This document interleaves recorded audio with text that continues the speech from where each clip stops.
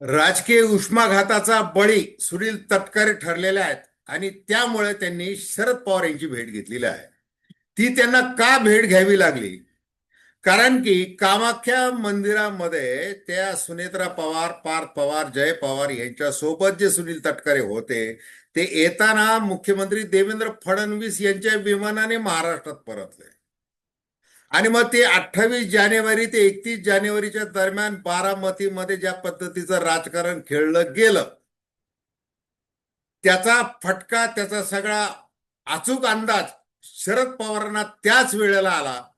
आणि मग ज्या वेळेला सुनेत्राताई पवार यांचा उपमुख्यमंत्री म्हणून शपथ विधी होतोय, आपल्याला काय वाटतंय, त्यावेळेला शरद पवारांनी एक वाक्य उच्चारलं होतं, पटेल तटकरेंचा तो पक्ष आहे, त्यांच्या पक्षाच्या वतीने त्यांनी काय निर्णय घेतला असेल तर त्याचं स्वागत आहे किंवा ते मला माहिती नाही, अशा पद्धतीने बोलले होते. आणि मग व्यवस्थितपणे शरद पवारांनी एकही वाक्य न बोलता आणि आजारी असताना सुनेत्राताई पवार, पार्थ पवार आणि जय पवार यांना व्यवस्थित विश्वासात घेतलं. पवार कुटुंबाची जी काही लिगसी आहे आणि राष्ट्रवादी काँग्रेसचा एकूण जो प्रवास आहे तो त्यांना समजावून सांगितला. आणि मग भारतीय जनता पार्टीच्या कच्छेपी लागलेल्या नेत्यांच्या जोरावर पक्षाचं स्वातंत्र्य राखायचं की कसं राखायचं, काय केलं पाहिजे, याचे धडे पवारांनी या तिन्ही पवारांना कुटुंबाला दिलेले.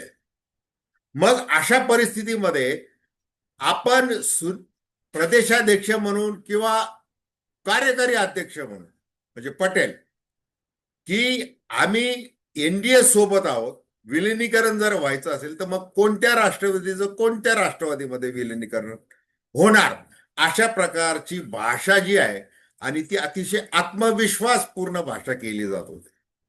परंतु पार्थ पवार यांनी पटेल आणि तटकरांचे घोडे व्यवस्थितपणे अडवलेले आहेत. आणि एकूणच जे काही राष्ट्रवादीमध्ये चालू आहे आणि शरद पवार यांचा रुतबा कसा कायम आहे याविषयी आपण थेट विश्लेषण करतो. नमस्कार, जय महाराष्ट्र. मी डॉक्टर अनिल फळे. माझी आपल्याला विनंती की चॅनल सबस्क्राईब करावं, सबस्क्राईबचं बटन दाबावं आणि आपली प्रतिक्रिया बिनधास्तपणे नोंदवावी.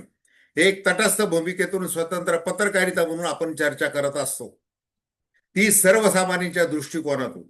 तेव्हा आवर्जून बेल आयकॉनचं बटन दाबा, सबस्क्राईबचं बटन दाबा आणि विशेष सूचना म्हणजे व्हॉट्सअप कम्युनिटी जी डिस्क्रिप्शन मध्ये जी लिंक दिलेली आहे त्याच्यावर देखील क्लिक करा. आता बघा, राष्ट्रवादीमध्ये होणार काय? अजितदादा पवार यांची अकाली एक्झिट झाली, ती सर्वांना चटका लावून गेली. मग अशा परिस्थितीमध्ये आता या पक्षावरचा कब्जा शरद पवार, सुप्रिया सुळे, रोहित पवार हे मिळवतील आणि आपल्या हाती काहीच लागणार नाही. त्यामुळे आपण घाई केली पाहिजे आणि ती मरण घाई केली पाहिजे. यासाठी बारामती हॉटेलच्या त्या एका खोलीमध्ये चर्चा झाली या चौकडीची. आता ही चौकडी म्हणजे पटेल, तटकरे, भुजबळ, मुंडे, की आपण ताबडतोब निर्णय घेतला पाहिजे आणि हे पद, संविधानिक पद हे रिकामं राहायला नको, या नावाखाली आपण ताबडतोब तो शपथविधी केला पाहिजे सुनेत्राताई पवारांचा. मग याला मुख्यमंत्री देवेंद्र फडणवीस यांचं बळ मिळालं. 29 जानेवारीला हे सगळे नेते वर्षा बंगल्यावर जाऊन भेटले, सगळे ते तिथून सूत्र हल्ले आणि 31 जानेवारीला तो शपथविधी झाला. त्याच्यानंतर काय झालं? त्याच्यानंतर 26 फेब्रुवारीला राष्ट्रीय अध्यक्ष म्हणून त्यांना सुनेत्राताई पवार यांना नेमलं. मग हे सगळं ज्या वेळेला घडत होतं त्यावेळेला यांचा नेमका हा सहानुभूतीपूर्वक जो काही डाव चाललेला आहे त्याच्या मागे खरं काय इंगित आहे हे पार्थ पवारांना कळालं. आणि पार्थ पवारांना ज्या वेळेला अजितदादा पवार हयात होते त्यावेळेला त्यांना चांगली कल्पना होती की दादांची इच्छा आहे की विलिनीकरण झालं पाहिजे. हे फक्त पुणे पिंपरी निवडणुकांपुरतं राहायला नको, तर ते कायम राहायला पाहिजे अशी दादांची इच्छा आहे. आणि त्यामुळे त्यांनी थेट भाजपला अंगावर घेतलेलं आहे प्रचाराच्या काळात. मग हे पार्थ पवार यांना माहिती होतं. मग पार्थ पवार यांनी ती दुःखाचा डोंगर कोसळल्यानंतर ठरवलं की आता आपल्याला पक्ष सांभाळला पाहिजे आणि तो पटेल तटकऱ्यांच्या ताब्यात न जाता आपल्या हातात तो आला पाहिजे, या दृष्टीने त्यांनी काय करता येईल या दृष्टीने त्यांनी रचना केली. आणि मग प्रत्येक निर्णय हा पक्षाच्या बैठकीत होणं स्वाभाविक आहे. अनेक निर्णय मोठमोठे घेतले जातात, जसं विधान परिषदेवर कुणाला पाठवायचं आहे, आता राज्यसभेवर कुणाला पाठवायचं आहे, कशा प्रकारे फुले शाहू आंबेडकरांची विचारसरणी लक्षात घेऊन समतोल साधला पाहिजे संघटन म्हणून पक्षामध्ये, त्याची काळजी घेतली पाहिजे, हे निर्णय घेतलेच पाहिजे. परंतु एकला चलो रे आणि केवळ सुनेत्राताई पवार यांची राष्ट्रीय अध्यक्ष म्हणून निवड करायची आणि सगळी सूत्र मात्र आपल्या ताब्यात ठेवायची. म्हणजे सुनेत्राताई पवार ज्यांना सुनील तटकरे आता वहिनींचं राज्य असं म्हणायला लागलेलं आहे, त्या वहिनी म्हणजे काय कळसूत्री बाहुली आहे का? ज्या वेळेला पत्रकारांनी राष्ट्रीय अध्यक्षा झाल्यानंतर काही प्रश्न विचारायला सुरुवात केली, त्यावेळेला आपण आता इथून जाऊ शकता अशा शब्दामध्ये सुनेत्राताई पवार यांना तिथं बाजूला करण्यात आलं आणि पटेल तटकरे यांनी उत्तर द्यायला सुरुवात केली. ती जी देहबोली होती आणि ते सगळं जे आहे ते पार्थ पवार यांच्या लक्षात आलं. इतकंच नाही तर त्यांच्या हाती जे एक पत्र पडलं, जे निवडणूक आयोगाला पाठवलं होतं, पटेल तटकरे आणि ब्रिजमोहन श्रीवास्तव यांनी 16 फेब्रुवारीला एक पत्र निवडणूक आयोगाला दिलेलं की राष्ट्रीय अध्यक्षांना जेवढे अधिकार आहेत तेवढेच राष्ट्रीय कार्यकारी अध्यक्षांना अधिकार आहेत, असं ते पत्र. आणि मग त्याच दरम्यान इकडे पियुष गोयल हे बोलून मोकळे झाले होते की national president of NCP mister Praful Patel वगैरे असं काहीतरी ते बोलले होते. हे सगळं पार्थ पवार बघत होते.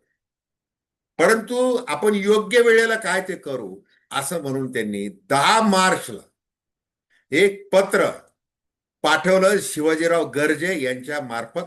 त्यांना अधिकार ते होतेच, त्यांना ते सांगितले की तुम्ही अधिकृतपणे निवडणूक आयोगाला कळवा, 28 जानेवारी पासून तर 10 मार्च पर्यंत जे काही झालेलं ते खारिज करा. आणि ते केलं गेलं. त्याच्यानंतर 1 मार्चला पुन्हा ईमेल झाले. आता जे फिरत आहे ते 29 एप्रिलचं पत्र फिरत आहे. त्याच्यामध्ये नॅशनल एक्झिक्युटिव्ह प्रेसिडेंट किंवा राष्ट्रीय कार्यकारी अध्यक्ष म्हणून पटेल यांचं नाव नाहीये आणि general secretary, national general secretary म्हणून प्रदेशाध्यक्ष सुनील तटकरे यांचं नाव नाही. आता हे आधीच्याही पत्रामध्ये होते, त्यांचे पदच नव्हते. याच्या संबंधी आपण वारंवार सगळा तपशील सांगितलेला आहे. मग आता सुनील तटकरे यांनी काय करायचंय? सध्या कागदोपत्री तरी त्यांना काय अधिकार आहेत? लोकसभेतले गटनेते म्हणून. आता लोकसभेमध्ये राष्ट्रवादी काँग्रेसचे किती खासदार आहेत? फक्त एक खासदार आहे आणि ते आहेत सुनील तटकरे. तसंच राज्यसभेमध्ये प्रफुल्ल पटेल आहेत, तिथं 2 खासदार आहेत, त्याचे सभागृह नेते प्रफुल्ल पटेल. एवढंच तुम्ही काम करा, बाकीचा पक्ष जो आहे तो आम्ही सांभाळतो. अगदी जय पवार आता राष्ट्रीय सचिव झालेले, म्हणजे हे आम्ही सगळं बघतोय. म्हणजे आता पवार कुटुंबाची लेगसी म्हणजे ती काही प्रायव्हेट लिमिटेड कंपनी आहे का वगैरे वगैरे असे ते सगळे आता तीर सोडले जायला लागलेले आहेत. आणि मग हे जे काही घडून आणलं गेलेलं आहे तो जो पडद्यामागचा जो सूत्रधार आहे आणि मोजकच विधान जो करतो तो असा महारथी राजकारणातला म्हणजे शरद पवार. आता शरद पवार सिल्वर वोकवर बसलेले, आजारपणातून ते बाहेर आलेले, ते आता मैदानात उतरलेले आहेत. आणि मग आता आपली अडचण झालेली आहे. आता मग कसं आहे की साहेब मला वाचवा असं म्हणत सुनील तटकरे तिथं गेलेत की त्यांनी काही आम्ही काय करणार आहोत म्हणजे पटेल आणि मी काय करणार आहोत हे सांगायला तिथं गेलेले. आता ज्या वेळेला कामाख्या मंदिर किंवा नीलाचल पर्वतातली ती देवी किंवा आसाम गुवाहाटीमध्ये ते बरोबर दिसतात, त्याच्या आधी दिल्लीला मात्र सुनेत्राताई पवार यांच्या बरोबर दिसले नव्हते. आणि मग तिथे ते भेटल्यानंतर तिथं ते दर्शवण्यात आलं की आम्ही कसे एक आहोत. आणि तिथून परतताना मात्र ते कुणाच्या विमानामध्ये बसले तर मुख्यमंत्री देवेंद्र फडणवीस यांच्या विमानामध्ये बसले. म्हणजे एकदा फडणवीस यांच्या बरोबर गुप्त चर्चा होतीये, त्याच्यानंतर शरद पवारांची भेट घेतली जातीये.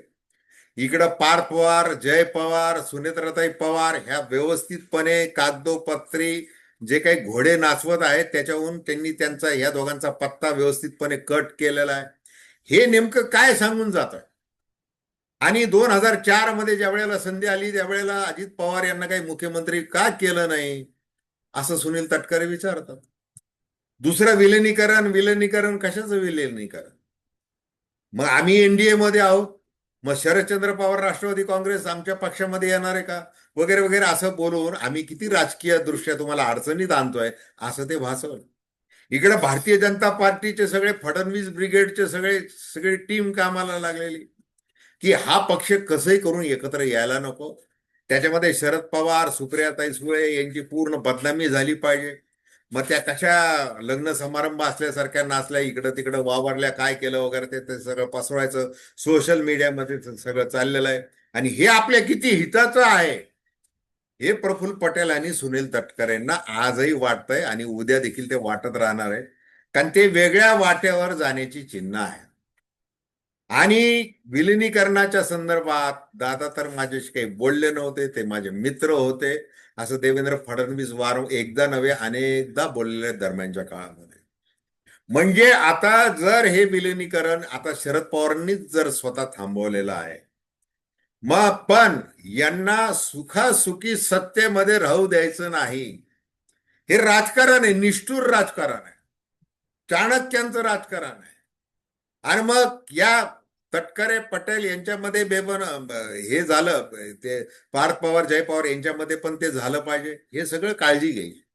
आणि दुसरीकडे शरद पवार यांच्या सुकन्या सुप्रियाताई सुळे या 2029 मध्ये बारामतीमध्ये मी कोणत्याही स्थितीमध्ये पवार विरुद्ध पवार हे काही होऊ देणार नाही असं वारंवार सांगत आहेत. हे देखील विशेषतेची नोंद घेतली पाहिजे. आणि सगळ्यात महत्वाचं अगदी जाता जाता पार्थ पवार जे मुंडवा घोटाळा आणि या संदर्भात जे काही झालेलं आहे तो काळ आठवा.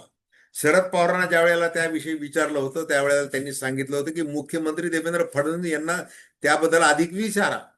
म्हणजे आणि शरद पवारांनी फडणवीस यांची भेट देखील घेतली होती, कारण वेगळंच होतं, पण खरं कारण हे होतं. आणि सुप्रिया सुळे यांनी तर असं वक्तव्य केलं की पार्थ पवार असं काही करेल असं मला काही वाटत नाही वगैरे, ते सगळं झालं. म्हणजे पार्थ पवार यांना पूर्ण विश्वास आहे, पूर्ण आधार आहे. आणि त्याच्यामुळं त्यांनी पटेल आणि तटकरे यांच्यावर निवडणूक आयोगाच्या प्लॅटफॉर्मवरून थेट बाण मारायला सुरुवात केलेली आहे, इतकंच. तर धन्यवाद. हा व्हिडिओ आपल्याला आवडला असेल अवश्य शेअर करा, सबस्क्राईब करा आणि आपली प्रतिक्रिया बिनधास्तपणे नोंदवा. धन्यवाद.